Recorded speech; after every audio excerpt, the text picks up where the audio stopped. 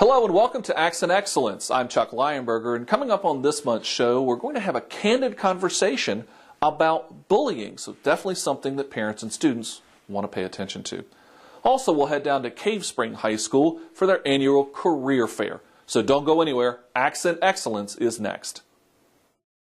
It is important for both restaurants and homeowners to help keep our waterways clean and safe.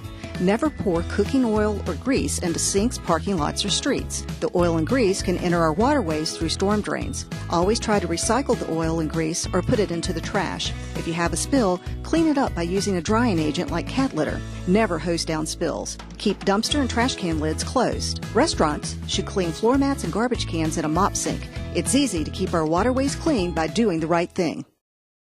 Hi, and welcome back to Accent Excellence. We're at the Roanoke County Public Schools Administration building, and joining me again is Dr. Greg Killow, Superintendent of Roanoke County Public Schools. And we also have with us Dr. Shawn Hughes. She's the Associate Director of School Counseling here for Roanoke County Public Schools. And Dr. Killow and Dr. Hughes, to be honest, we're going to have a real candid conversation about bullying. There's a lot that is out there right now about bullying, and some maybe misinformation about bullying. So we thought we'd take a few moments and let's see if we can have a discussion about bullying and try to get to what is bullying, maybe what's not bullying, and what do you do. So, Dr. Hughes, of course, the natural place to begin then is, what is bullying? Because not everything that takes place is necessarily bullying. Mm-hmm. Bullying is aggressive, unwanted behavior that's intended to cause harm. So with bullying, you see an imbalance in power between the person that's the aggressor and the target. And also it causes emotional trauma. Mm-hmm. A lot of times what we see with students is peer conflict. And so conflict is a disagreement between two or more people where they are struggling to agree on things and they're having difficulties. It could be simple teasing.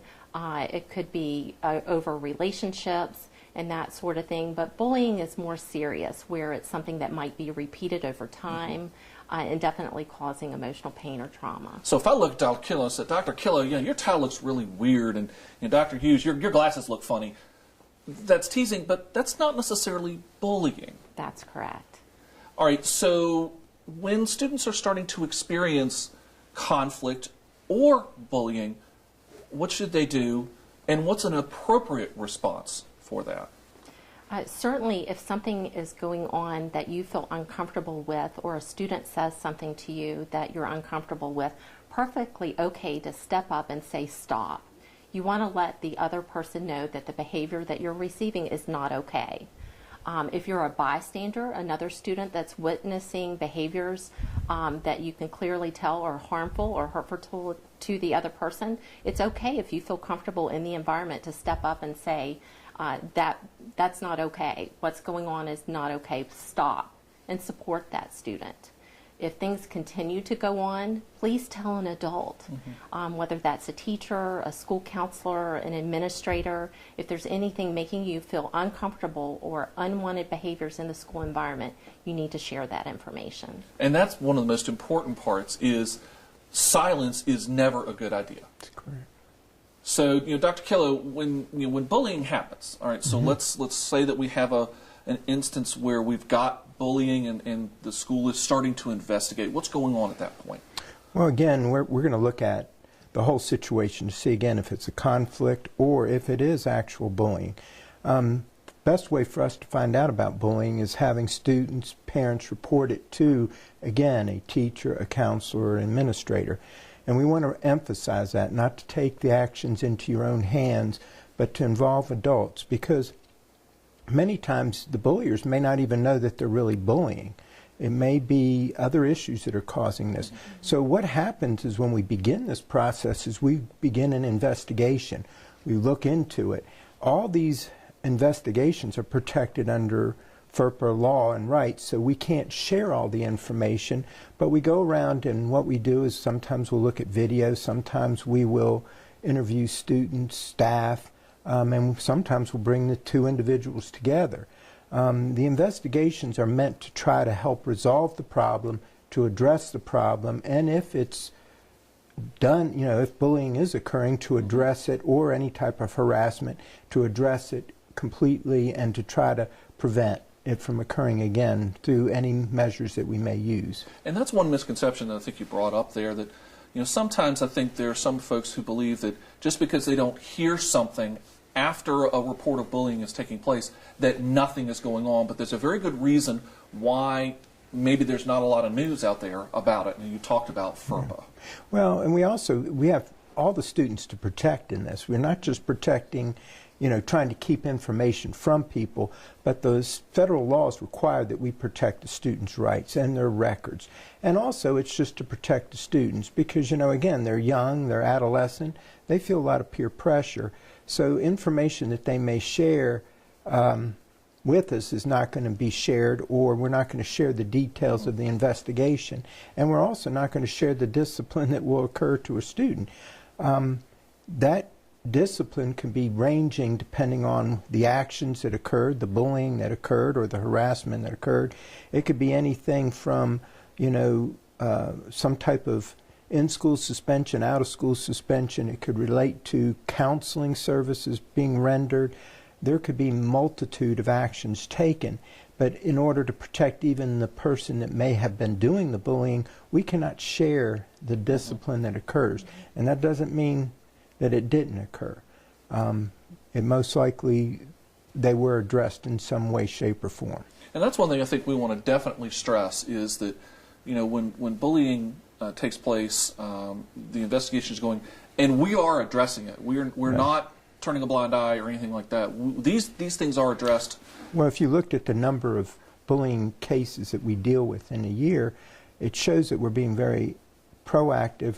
We've stationed teachers out in the hallways. We're asking our teachers to be more engaged in the school and in the lives of students, to build relationships with students, having our counselors out in the halls when students are out in the halls.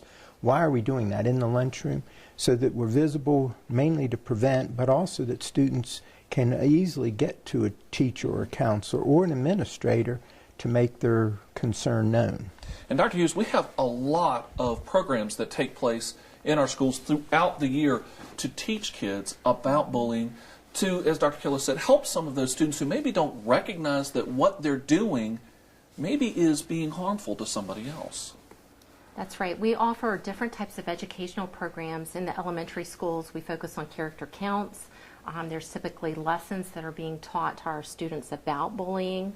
Our student assistant programs in the middle and high school levels are doing presentations about what bullying is, but also what the resources are and how students can access information or obtain help if they need it. And finally, Dr. Killow, working with parents, and whenever there is a type of situation dealing with bullying, we're obviously working very closely with parents. We want parents to be part of those discussions. If parents maybe aren't getting the resolution that they're looking for, what's the process to advance that forward? Okay, again, if they feel like they've gone to a teacher or a counselor and something hasn't been resolved, they need to advance that to the principal or assistant principal. If after they've met with the principal and they don't feel like that works well, it usually comes up here to the central office, and Dr. Ken Nicely would deal with it or address it, or even Dr. Hughes. It could escalate to the point where it would come to my office. And when those happen, we don't just pass them off. We go back, we will review all of the information collected. We may even look at documents they've collected. We'll review videotapes. We'll ask them a whole lot of questions. Again, if I'm the parent of the child that has been harassed or bullied, we understand and care and respect, but we cannot share what we've done with the other students. We may not even be able to share, will not share all the information in the investigation, but you can be assured that through this process and through this procedure, we will address and serve what's in the best interest to keep our students safe and bully-free.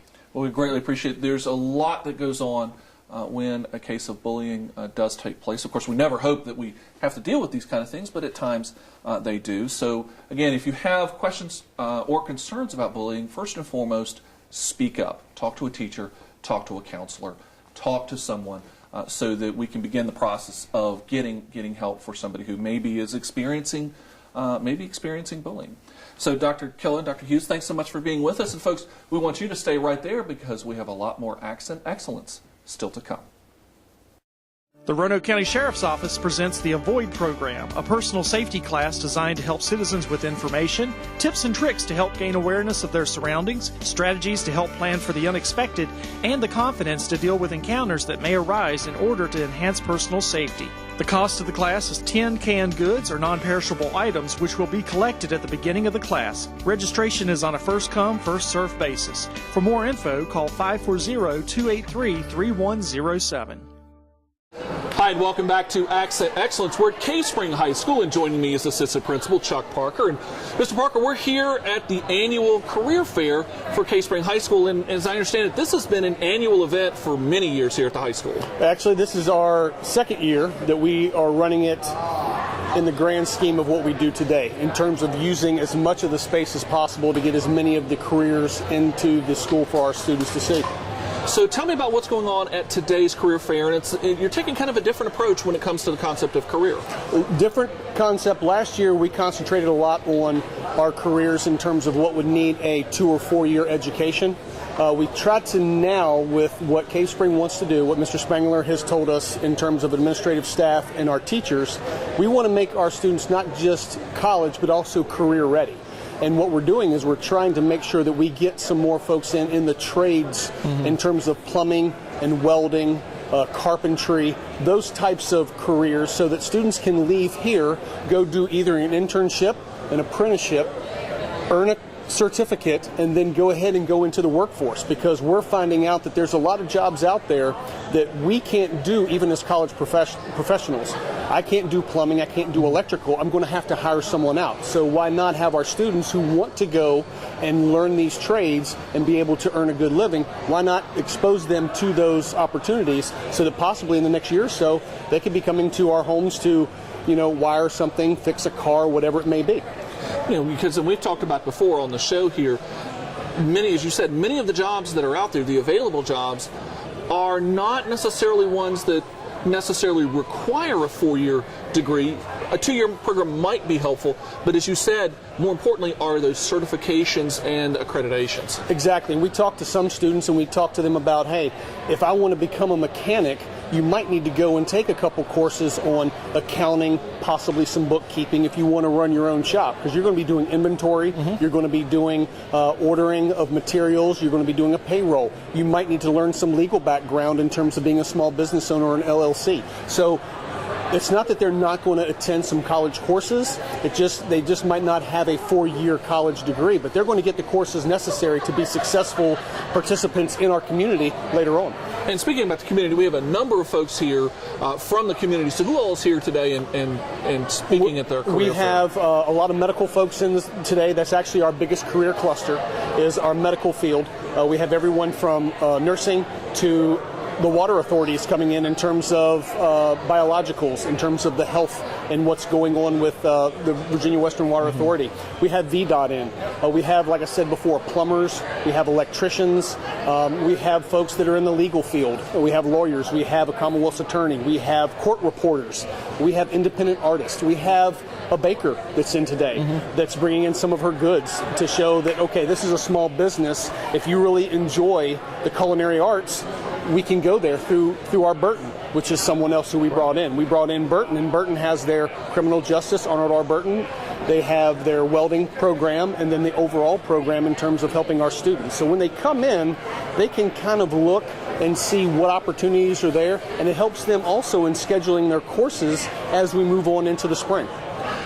Another key message, and it's part having the students do this, is getting parents to understand that the jobs that are out there right now are maybe a little different than people thought 10 or 20 years ago. Oh, exactly. And it is changing, whereas we're very technologically based now. Even some of our mechanics, you're doing diagnostic testing. So, but the good thing for us is with our students, they're technology based anyway, because we have the laptops and everyone has their cell phone, so they are really engaged in those career opportunities to where it's not only hands-on, they are using some of the technology that's out there, and it's almost per se kind of, we say, in their wheelhouse, to where they're familiar with some of the programs that are going on in terms of spreadsheets and different apps that are going on. And a lot of the companies who we have in have apps. VDOT has apps that they use, and so it goes into, and we talk about, in working with VDOT, you could be working on the road as a surveyor, but you could also be in the background being one of their engineers and looking at the roads and the conditions in terms of weather and cancellations. So we've had some groups of students come through, and by the way, this is also open to the 8th graders over at the middle school, and so they have come and experienced this. What's been the feeling from students so far? The students, as we had last year, was really positive. What we did, and Mr. Spangler did a great job of getting a little questionnaire out to the students to say, okay, what did you like? What didn't you like? How did you, or was there anything there that you did not see that you wanted? And we took that information, we took that data, and we looked at it, and we noticed that, there's some folks that wanted some dentistry in here, so we got a dentist in this year. So the feedback we're getting is the students are telling us, wow, I didn't realize these opportunities were available. And that's what we want. It's much like in the classroom. If you can get them hooked in on something, they're going to learn. And when they see the opportunities that are out there, that, hey, again, I don't need to go to college for 4 years. I can go and get a certification. I can work with my hands. I love doing these things.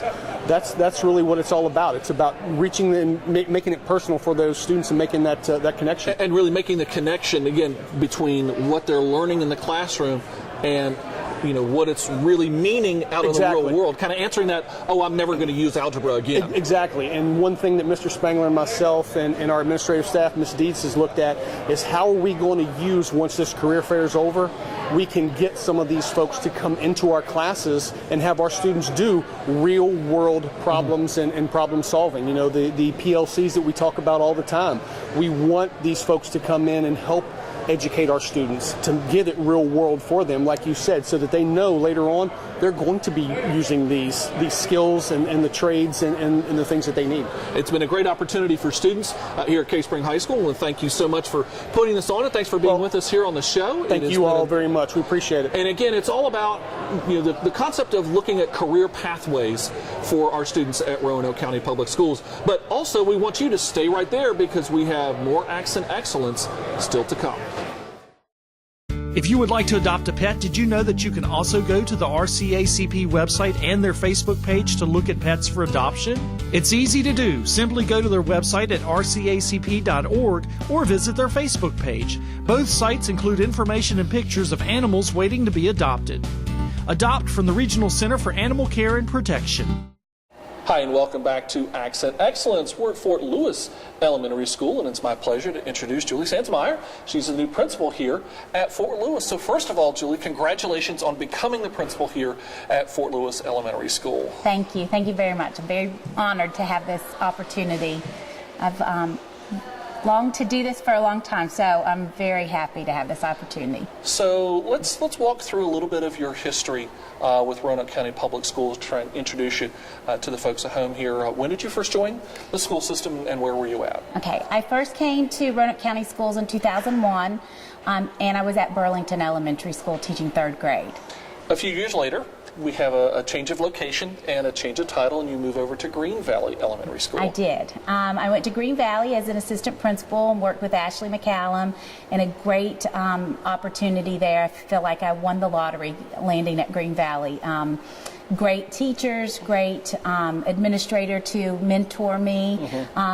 They do a lot of small group instruction, a lot of remediation, a lot of differentiation. So a lot of what I'm trying to bring here, I'm modeling after what I learned worked really well at Green Valley. Yeah, actually that's kind of where we're leading to here. Now that you are principal and here at Fort Lewis, looking back now at all of those experiences as an assistant principal, as a teacher at Burlington, and as an educator outside of Roanoke County, what are you bringing to Fort Lewis to try to implement and carrying all that experience now to the principal position here? Well, Fort Lewis does a lot of great things before I got here, so I'm not really having to recreate the wheel here, just trying to build on what they already have and support what the teachers are already doing.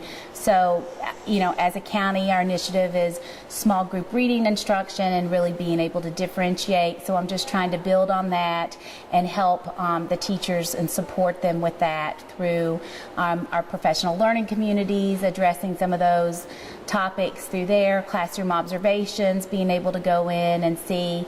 I've had a lot of experience with reading instruction, so sometimes I can give a fresh approach, not that they're doing anything wrong, but sometimes it's nice to have a new perspective. So I'm able to come in and give some new insights on some things, and then I'm learning some new things from them. So it's very nice that I'm trying to take everything that I've learned from my past and put it together and meld it so that we can really have great differentiated instruction for our students. Fort Lewis is a very tight-knit community. It is. Very similar to some of the other communities that you've come from. So how's it been becoming kind of integrated into the Fort Lewis community? Because we believe very strongly that parents are a very vital part of the entire education process. The parents have been wonderful. They've been very welcoming. Hit the ground running with the PTA. We had a fun run right at the beginning, so that was a great opportunity for me to be able to talk to the kids one-on-one and the families one-on-one. And so I knew a lot of faces at the beginning of school because I'd met so many people prior to the start of school. So that was a great way for me to get involved immediately. What are you looking forward to, as we look forward to the remainder of the school year? What are you looking forward to? I'm looking forward to, we have a lot of fun events planned academically and with the PTA, so I'm looking forward to more of those opportunities. I'm looking forward to seeing the children grow, taking what we've already got and just watching them grow, and also watching the teachers grow and watching myself grow. So I'm very excited about the professional opportunities for the teachers and for myself, and I feel like that's all just going to be a benefit to the children and the community. And what challenges do we see kind of lying ahead? Balance, trying to figure it all out. I went into administration because of my love of instruction and wanting to be an instructional leader, and so trying to maintain that balance with the day-to-day things that go on. I think every principal struggles with that, especially in the beginning, trying to make sure that you're not giving the maintenance end or the budget end more attention than the instructional end. So just trying to set that balance and figure it all out. Well, so far, so good. So we welcome Julie to the Fort Lewis community. Congratulations. Thank and we know you. there's going to be many great years ahead. And folks, stay right there because we still have a lot of great accent excellence still to come.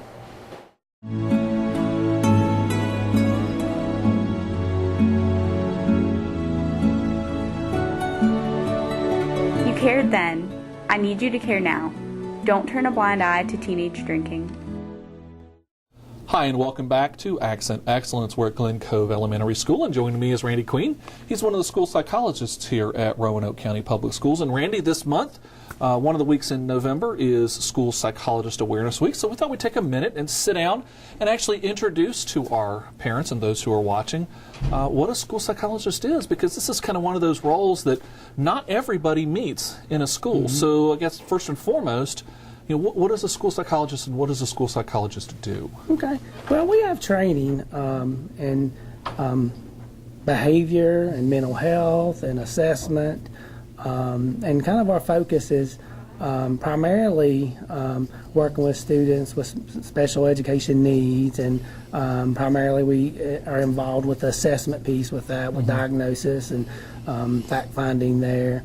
But we can also serve a broader role and kind of branch out into intervention and prevention services too, whether it's through consultation with teachers over social, emotional, behavioral, even academic needs, and sometimes working individually with students to address some of those needs as well. So explain to me a little bit of the differences between, say, a school psychologist and a school counselor. Probably, for the most part, kind of the emphasis on our assessment practices and our training with that, and probably how much will we serve if you break services down into prevention, early intervention, an intervention, we can tend to come in later in the game as far as early intervention or intervention, whether it's through assessment or working with the students. And the school counselors provide more of a broad-based program with more emphasis on prevention, now also early intervention and intervention, and we can go to that too. It's just kind of more of where our focus is, and definitely one thing that sets us apart is our assessment practices. So walk me through a little bit about that assessment. Okay, well usually when parents have concerns or teachers about a student's learning or impact of behavior on learning, we might have a team meeting where we talk about is there any kind of services we can kind of put in place to intervene, and sometimes there's a suspicion of a disability that might be impact education, and we would kind of go into kind of how we are going to assess the student's needs, and we're definitely brought in with that piece, and we're kind of looking at when trying to assess students' needs, their cognitive functioning, adaptive development, and then behavioral, social, emotional needs, and how that might impact their ability to kind of learn, or just their educational progress in general. And a lot of times those assessments kind of, we go to an eligibility meeting where we're talking about if a student may qualify for special education services, or potential of under Section 504. So is there weaknesses or an impairment that impacts their functioning at schools, and other specific services that they may require or need to kind of make progress. So in many ways, a school psychologist sounds like it's almost like an educational detective, that there's a particular problem, concern that is out there, and part of what the school psychologist is doing is to try to identify that and then find solutions for parents. I think that's a good description. I think also we have there's a broad range of services we can also find, but I think it all starts with the assessment piece and identifying needs and being that detective. And kind of knowing where you're going to begin and then where to go from there. And then, of course, the school psychologist does play an important role, as you said, with special education for things like the IEP process. But then also, further on down the line, is continuing to identify the needs or possibly seeing if things have changed. Yes, we can assist with progress monitoring and the data collection with that, and also providing some direct or indirect services to meet student needs, whether it's through counseling or any form of intervention. And it's a wonderful role, and again, it's kind of a role that a lot of parents sometimes don't see. So, if parents do have those concerns that they're looking and kind of watching their child, and they're just seeing that something just doesn't feel right, where do they begin? They would contact someone at the school, maybe the principal. You can contact the office of, for special education programs, and Director Dr. McClung. But usually it starts, with the student's teacher or principal, depending on what the concern is, and you just kind of specify what the concern is. We think we need to have an evaluation because we suspect that our child has certain needs, or my kid's struggling in school and I don't know what to do. Can you help me with that? There's 9 school psychologists in the county, and we are located at the schools, and kind of you can ask to speak directly to the school psychologist, and even if it's not where our office is located, people know how to find us, right? And they can reach us directly. But usually, classroom teacher and or principal can help with that process. And gets that process started, and from there, depending on how things go forward, our school psychologists will become involved. So thank you very much for being with us today, folks. So there you have it, a school psychologist and the many roles that our school psychologists play here at Roanoke County Public Schools. But we also want you to stick around because there's more Accent Excellence still to come. Well, that's going to do it for this month's edition of Accent Excellence. If you'd like to learn more about Roanoke County Public Schools, be sure to check us out online, and don't forget to like us on Facebook and Twitter. We also want to remind you that we're accepting applications right now for the 2018 Golden Apple Award. This is the highest award we give to a Roanoke County teacher, so you can nominate your teacher today. Just go online to the Roanoke County Public Schools website for more information. The deadline is at the end of this month. I'm Chuck Leinberger. Thanks for watching Accent Excellence, and we'll see you next time.